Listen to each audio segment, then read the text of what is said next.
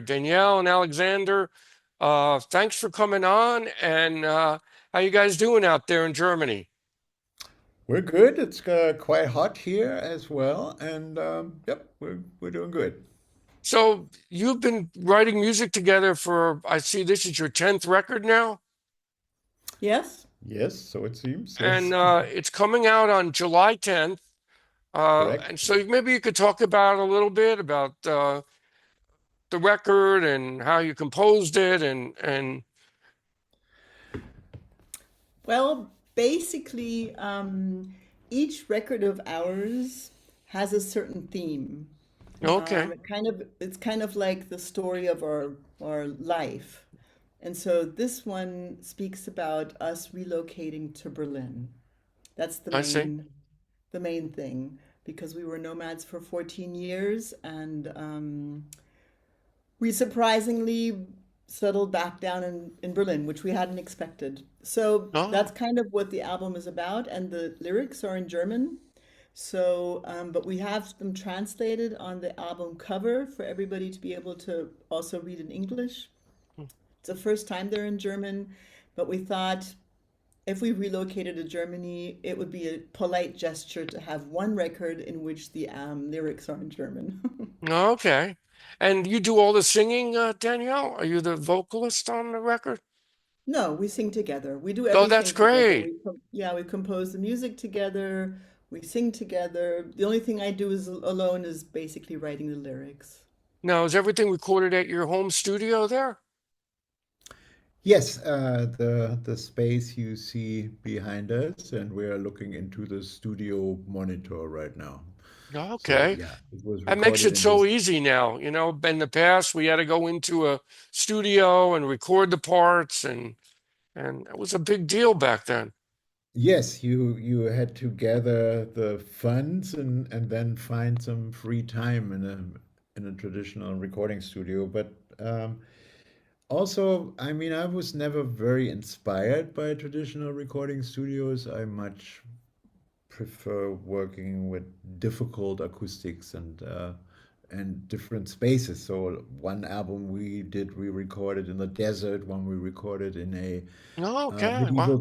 medieval church in Austria, and in a another one we recorded in a Airbnb on top of a fish and chips shop in That is Blackpool great. on Huh. the northwest coast How It of about always England. smelled that? of donuts, oddly enough. It smelled really Um, good. It did not smell of fish. inspired by donuts, right? That is great. And then is this all planned out in beforehand, or is you just start playing and then these songs appear in your, you know, sound? Uh, Well, I mean, basically, we don't ever have a lot of time to make an album. This Okay. time we had a little more. We've done whole album recordings within 2 or 3 weeks, but because Hmm. we recorded it at home this time, we could take a little bit more time. So I guess we took about a month or something. mhm. Um, but we basically, when we start out, we just have a kind of an idea. Like I said, I would like to play piano again because I haven't played it since our album Hitman's Heel, which was the very first album we did together. And that I would be interested in expanding a little bit more rhythmically. So before, a lot of stuff that we did was we called it symphonic drone. So I had a lot of Hmm. repetitions. And I love that, but I also wanted to work on breaking things up a little bit more and making it a little bit more contemporary, also electronically. And Right. so we basically experimented on those things. We didn't exactly know what was going to happen. And there were a couple of like little situations we were like, oh my God, what are we doing? What is this going to become? But then in the end, it kind of was okay. Well, that We're makes it happy more with it. interesting. You know, that makes it more spontaneous because then you never know what's going to happen. And sometimes these magical things happen in music that all of a sudden a song will appear or a part. That's what I've found playing music. So Yeah, what would, at go one ahead. point the music will develop. its own mind and become an entity of its own with its own demands. And no matter what our ambitions or our original plan may have been, like the piece will tell you what it needs. Right, right. And what were some of your early influences? What were you listening to were you listening to experimental music when you both were younger? Well, I my musical tastes have always been very eclectic, but when I was like a young teenager, I would skip school and go to a record store here in Berlin called the Sensor, Okay. and there I would discover all kinds of really weird music, or my first contact with like left field experimental music, like the Nihilist Spasm Band from Canada, the Plastic People of the Universe from Czech Republic, Yeah. the Throbbing Gristle, Suicide, Oh, they were the great. Birthday Yeah. Party, We love Suicide. They were great. yes, absolutely. And then also I was always interested in like what you would call world music now, so like Mm, ethnical music, primitive music. I was always interested in classical music, in metal, in country music. So, you yeah, know, you've like got my tastes are all over the place. that's And I was great. kind of more classically raised, but I my biggest influence was Ennio Morricone No. because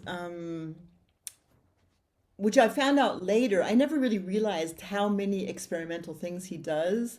There's this Mm, wonderful movie, I don't know if you saw it, where he explains a lot about how he writes his music and how he was actually always trying to, get people to listen to his experimental albums, but nobody wanted that. Everybody wanted his film music.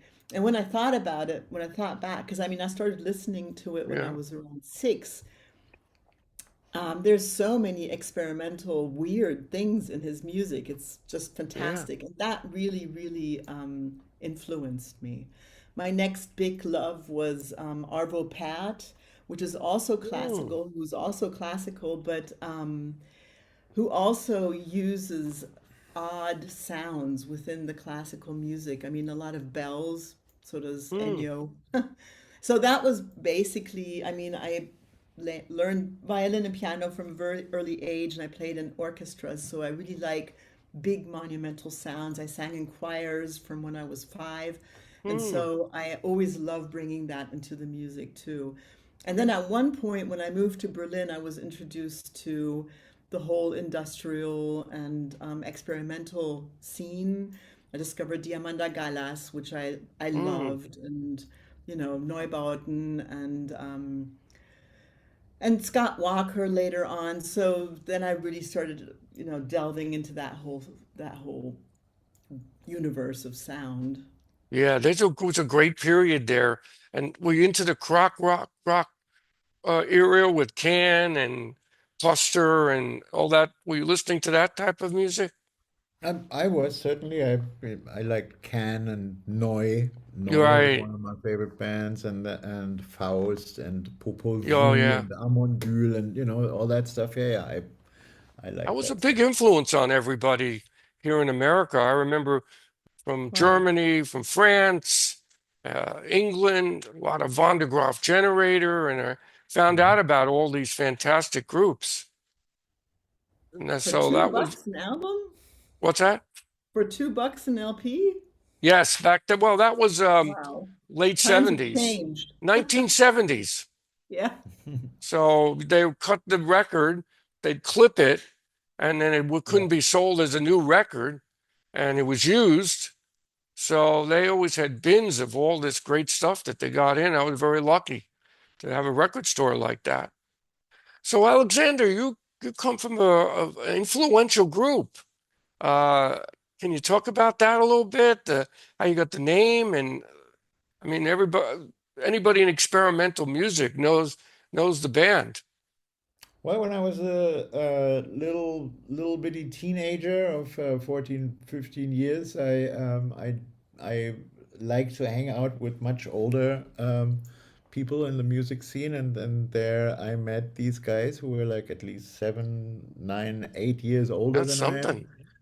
and I started hanging out and playing music with them, and that developed into this band Einstürzen Neubauten, and I was a member of that band for 45 years until last year when I decided I cannot take this anymore, and you know, uh, look into a different phase of my life now. I can imagine the audiences that must have been at your shows, with all that energy you guys were putting out on stage with all that metal and all these interesting sounds that were coming out. You guys were very unique. Thank you. Yeah, yeah, but also these were very different times, like Right. when Neubauten started out in the early 80s. It was a very different background and a very different mentality, if you will, Yes. the pre-digital era. Right. I mean, there was cassettes coming out Yep. back then and radio, no digital, no internet. Yeah. So people relied on the radio a lot to get the songs Yeah. that they liked or gone to sh No shows. sampling. No, No sampling. We had no, physical tape loops running across the room, quite right, often right. and stuff like It's that. quite an amazing era, right? To Yes, be doing music. So, absolutely. you were Yeah. doing that, and then you also did something with a country record, I saw. You did country type music? That's Yes, incredible. like over the years, I knew how to play chords and stuff, but over the years, I had developed like a completely different style of music, Mm, and also like of playing guitar. I would play with open tunings and stuff until I had this like catharsis experience where I met like a homeless guy in a park, asked me to play some Johnny Cash for him and singing him a Johnny Cash tune for him, like he would hear in a prison cell.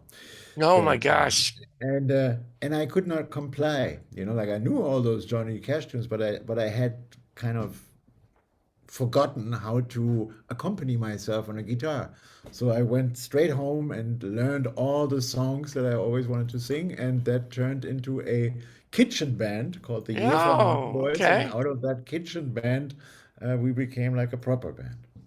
See, that's how a spark like that can really ignite, a whole music style that you probably didn't know you were going to actually do, and then it just came to life. Exactly. And Danielle, were you doing any solo records before Alexander, or were you doing any type of music yet? Recording? Yeah, I did quite a bit. I Okay. started out, I had a band called Space Cowboys. They were the first kind of crossover hip hop rock band I where think I I was heard of them. singing, Yeah. rocking, singing, With rapping. with So I played with them for a couple of years, and then we split up after being signed by MCA and the A&R guy being fired and us being put on ice. So the typical kind of story of the 80s. And then I right. started doing electronic music with Gudrun Gut, Okay. who was also founding member of Neubauten and then left after a year to found her own female electronic bands, Malaria Oh, and Mania D. And so we started working together in 96. I worked on a couple of albums together with her over the years. I mean, I still collaborate with her every so often. Yeah, so, and then I did like off projects with different musicians, but those are basically the two most important projects I worked before I did stuff with Alex. And Danielle also released three wonderful albums oh, okay. in the last couple of years, like solo albums. One is called Tacoma, one is called Deliverance, and one is called The Element of Love. And she Okay. just recently, last year, released, or this year even, This year. this year released an album with the Japanese artist Few. The two I of never heard of them. it. Wow. You Few guys are so was prolific, man. Few That's is an great. amazing Japanese sound artist with whom Alex did an album in the 80s. In the Oh So, my no, in the gosh. yeah, in the 90s, oh, in the 90s, okay. actually together with Chris Lohaas of Deutsch-Amerikanische Freundschaft and Liaison Dangereuse, and looking at your Hmm. T-shirt, Jackie Yes. Liebezeit played drums on that.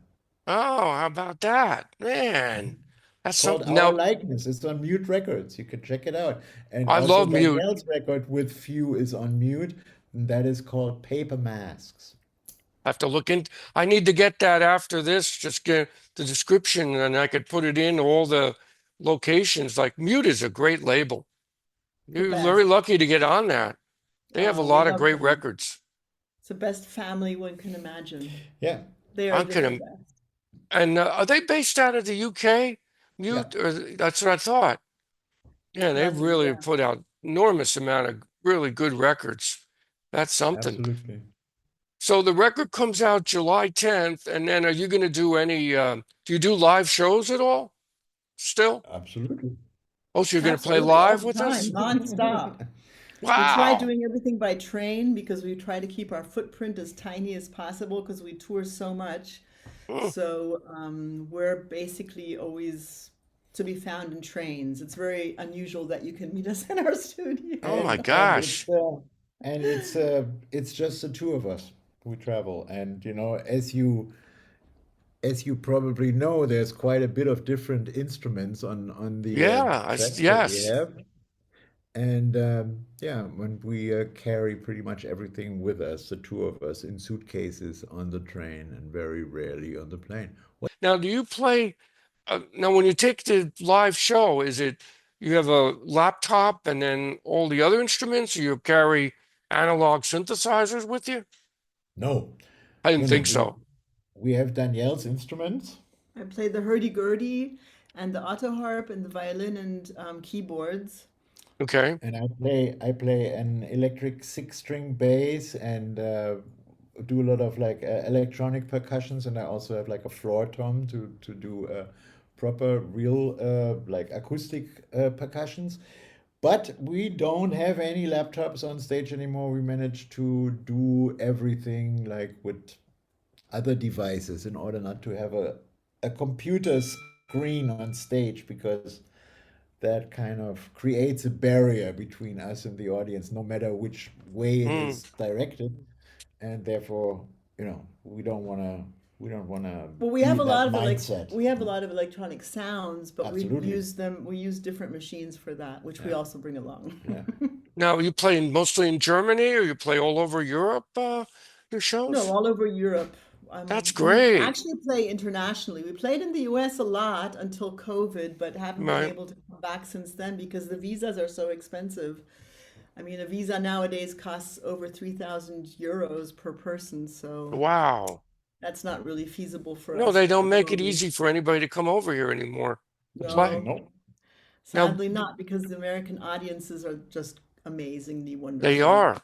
Now, Yeah. I'm near New York City, so did you play some clubs in New York that you liked? Yeah. Yeah, we played in Red Hook in what was that? It was a really nice That's a nice venue. area. We played quite a few places in New York City. We played the Poisson Yeah, Rouge. Poisson Rouge was in Red Hook, I think. Yeah. We played the Bowery Electric. Oh, yeah, that's a popular We place. we Yeah. played over in Jersey at the WFMU Oh, station. that's the best station. Yeah, we And you love know it. Danielle is American, And we and played at the residency space, the really nice one too. Can't remember the name. Remember? With Vinny and with Algis too. we played the Issue Oh Project yeah. Room Really? Wow. in Yeah. when it was in Brooklyn, when it was on Third Street. And yeah, so I mean, we've been in our nomadic years from 2010 to 2024. We traveled the US quite a bit, and we played all over the US and played That's, all boy, over too the bad New I didn't York know City about, area. too bad I didn't know about you guys playing. I would have come in and saw you. Yeah. That's too Well, Well, bad let's cross because the fingers that visas get cheaper again. I hope so. I don't know. It just seems like now it's so tough to people to come over. No, unless you let's see got a what big happens in the expense. midterms, and then Things will change, I hope. yeah, They yeah, have they to. have to. Oh my We're gosh. all crossing our fingers. We have just a mess here. Total Yeah. mess. It's like a police state now, Hmm. It's like, well, time will tell, but it just so happens like that. So, yeah, that's a lot of travel. So I guess you guys just know how to do it to get on a train or whatever to get to these places. Yes, we know Well, how I to do mean, it. in Germany, the train system is amazing. It's Okay. really, really good. And in Europe in general, it's a lot better than in the US. I mean, I'm American, so I grew up on the West Coast, but Hmm. you kind of have a couple of trains there, but it's different in the US than in Europe. In Europe, it's like Spain's got amazing trains. So for one, it's environmentally better than planes. It's also cheaper than planes. Planes have become insanely expensive since the war. Yeah. So, and the great thing about trains is you can read. So when we take we often take like 8 hours to get somewhere, Hmm. and we can read a lot of our books. It's Yeah, fantastic. that's great. Especially if When do you're you have reading readers. time normally? Yeah, that's what, if you're a reader or you watch a lot of different podcasts about interesting things now, it's limitless what you could read and learn these days. Yeah, It's amazing. yeah. Now, have you guys been to Japan? Did you get there? Yeah, we were there Yeah. last fall, right? Was it last fall? No, 2 years ago. In, 2 years ago. in 24, we played a show. The last time we played a show in Japan was 2 years ago, and before that In was Tokyo. Oh, before wow. that in 2006 we played in Tokyo and in Osaka, Daniel and I. Hmm. We're very dedicated music fans. Now, Danielle, Japan's great. you did a documentary too on the band. How do you pronounce the band in German that you were Our in? band? No, your band, yeah. Is there a German is there or you just use your names? Hacke de Picciotto was basically our band name. Right, okay. Yeah, Yeah, that's how you because pronounce it. His now name is German, mine's Italian, so that's why it's German yeah, that's Italian. quite a mix. Mhm. That's quite a mix there. That's Yeah, really neat. Yeah, that's So, that's why the first album that we did together we called it Hitman's Heel because my name Hacke means the heel. It would okay. be heel in English, literally translated, and a Picciotto, as in De Picciotto, is a hitman in Okay. Sicily. in Sicilian slang. In That's Sicilian, funny. So we Wow. call it Hitman's Heel. That is great. I love it. That's perfect. Well, you guys are all clever and all these great ideas. So, whereabouts you're going to be playing next is on the tour. Where can we see you next? Well, we're going to Portugal in 2.5 weeks, Okay. and we're playing a festival there. We're not only going to be doing a concert, Alex is going to present his book. He just released his memoirs in English, by the way, Oh, let's and hear they're about great. that. They're really recommendable. The book is called Blast, and there's a Okay. lot of great stories in the book. So yes, I was just he's going to sure. be doing a reading in Porto. We're going to be doing a concert. I'm going to be doing a panel on Gorilla Girls, and one more thing I can't remember. And then after that, We're going to Porto. We play a first festival in Poznan, Poland. I do a reading in Nuremberg at the Literature House there. Okay. Then we play at a festival in Geneva, Switzerland. Then Geneva. Hmm. Yeah. Geneva. Den Bosch in the Netherlands, in Prague, and Brno in the Czech Republic. That's our. Geez, now who books all the shows? You actually do your own. You have a We have a management. booker. We have Okay, a that's what booker you who need. books stuff. Yeah. Yeah, you Yeah. need something like that. I can't see how you could book all that yourself and trying to play. So it's good. You got the great label, you got somebody booking, and now you just do the shows. Danielle, Alexander, good luck on the tours coming up. I should have this up in a week or so. Okay. Sometimes I get backlogged, but I've had such an array of interesting guests, and you're part of it. And I Thank you. Thank you, gotta sir. thank Howard for this. He has Yeah. been setting up some really great interviews. Mhm. So anyway, have a great day there and night, and just send all the links you want to me or to Howard, and I'll make sure I put them in the description. And where can we get your book? That's the last thing. Is that available? I think it's in. You can get it via forced exposure in the Okay. States. Oh, I know That's them. Yeah. yeah, yeah. So that would be the or actually maybe even rough trade Oh, okay. or at rough trade through forced exposure. I think I'm going that's to the look way to for go. that. I want to read that for sure. Okay. All That's a right, fun folks. Well, read. listen, have a great night. Thanks for coming Thank on. you. Good luck Thank with the you rest very of the much. tours.